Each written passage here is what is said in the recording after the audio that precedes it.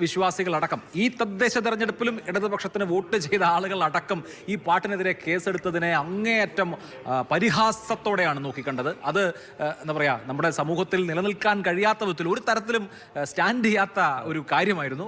അത് കടുത്ത അവമതിപ്പ് സമൂഹത്തിൽ ജനറേറ്റ് ചെയ്തു എന്ന ബോധ്യത്തിലാണ് ഇപ്പോൾ ഈ നടപടിയിൽ നിന്ന് പിൻവാങ്ങുന്നത്. പക്ഷേ ഡാമേജ് ഈസ് ഡൺ.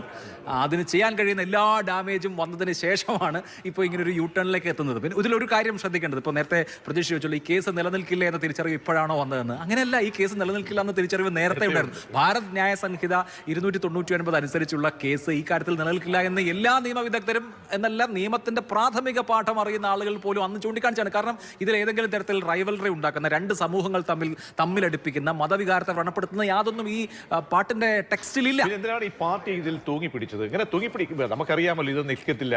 അത് മാത്രമല്ല, ഇത് എതിർപ്പായി ഭാവിയിൽ സംഭവിച്ചേക്കാം. ഇത് ബൂമറാങ് ആവും.